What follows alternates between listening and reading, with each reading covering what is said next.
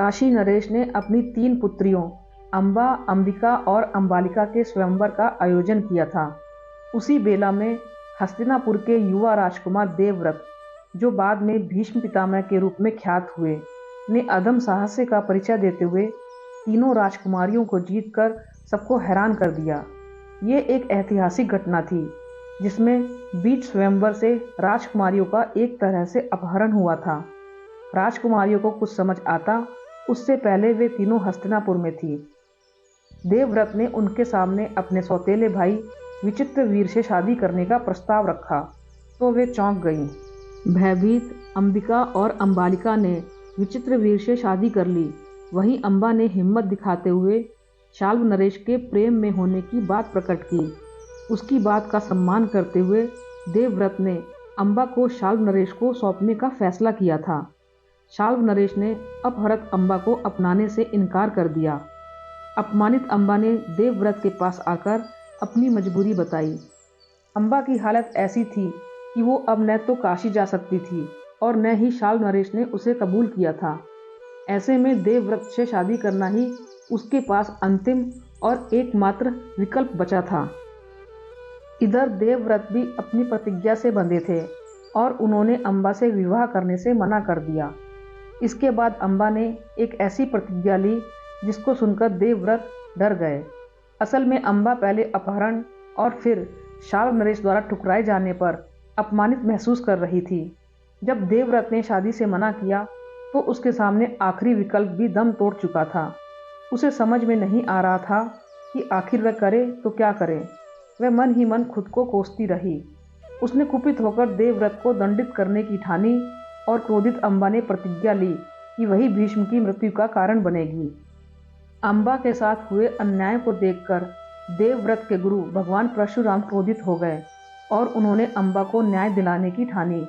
इसके बाद गुरु शिष्य में ही युद्ध शुरू हो गया।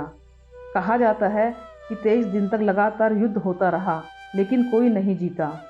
इनके युद्ध को आकाश से देवतागण भी देख रहे थे।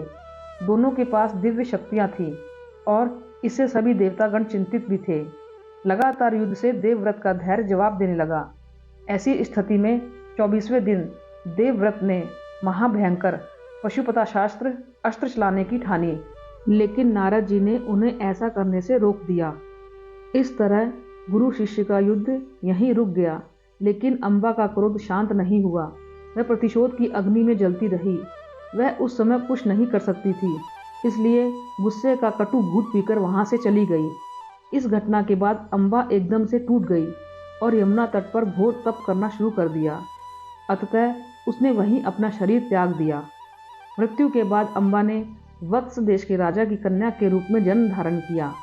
इस जन्म में भी उसे पूर्व जन्म की सारी बातें पूरी तरह से याद थी और उसने फिर से भीषण तप शुरू कर दिया और शिव से देवव्रत को पराजित करने का वर मांग लिया। शिव के वरदान के अनुसार अम्बा फिर से जन्म धारण कर देवव्रत से अपना प्रतिशोध ले सकेगी। साथ ही कन्या रूप में जन्म लेने के बाद युवा होने पर वह पुरुष का रूप ले लेगी।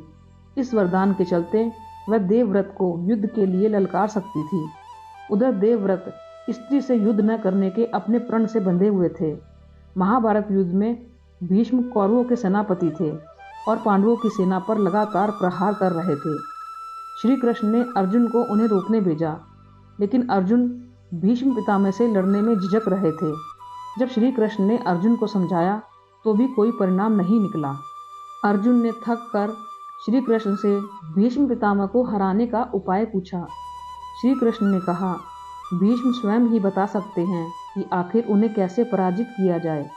इसी कड़ी में सूर्यास्त होने पर युद्ध विराम होते ही श्री कृष्ण अर्जुन के साथ पितामह के शिविर में मिलने पहुंचे।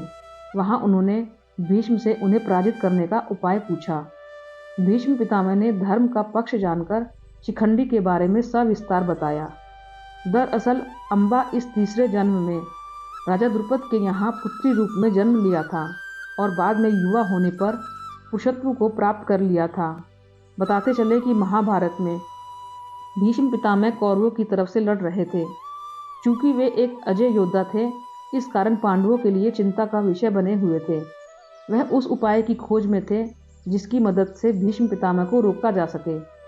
इसलिए शिखंडी को अर्जुन के साथ भीष्म पितामह को चुनौती देने भेजा गया। चूंकि शिखंडी ने द्रुपद नरेश के यहाँ पुत्री रूप में जन्म लिया था और जन्म से स्त्री शिखंडी के सामने भीष्म शस्त्र नहीं उठा सकते थे।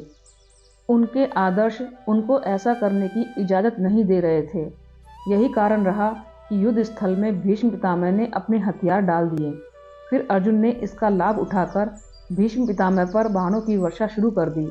परिणाम यह हुआ कि शीघ्र ही भीष्म बाणों की शैया पर लेट गए और करहाने लगे। असह्य पीड़ा होने के बावजूद भीष्म इच्छा मृत्यु के कारण बचे रहे। बाद में युद्ध की समाप्ति तथा हस्तिनापुर की स्थिरता को देखने के बाद उन्होंने मृत्यु का वरण कर लिया। इस तरह अम्बा भीष्म की मृत्यु का कारण बनकर अपने प्रतिशोध को पूरा करने में सफल रही। आपको ये वीडियो कैसा लगा? कृपया कमेंट करके बताएं और चैनल को सब्सक्राइब करें। धन्यवाद।